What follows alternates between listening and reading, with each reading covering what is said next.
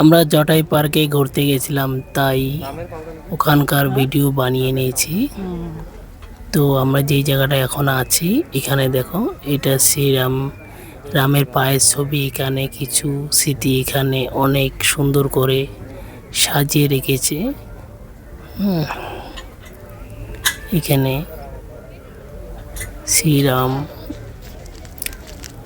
শ্রীরামের এখানে পায়ের ছাপ আছে এখনো। আগে জটাই পাখি এখানে এই জায়গাটায় জটাই পাখির বানিয়ে রেখেছে। এটাকে জটাই পারিক বলে।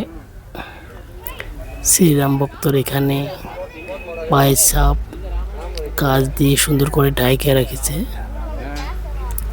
আমরা কয়েকজন মিলে এখানে ঘুরতে আসছিলাম, তাই এখানকার ভিডিও বানিয়েছি। আশা করি আপনাদের ভিডিওটা ভালো লাগবে।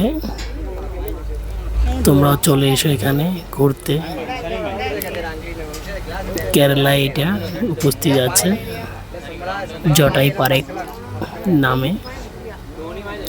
এখানে অনেক দূরে দূরে থেকে লোক আসে ঘুরতে।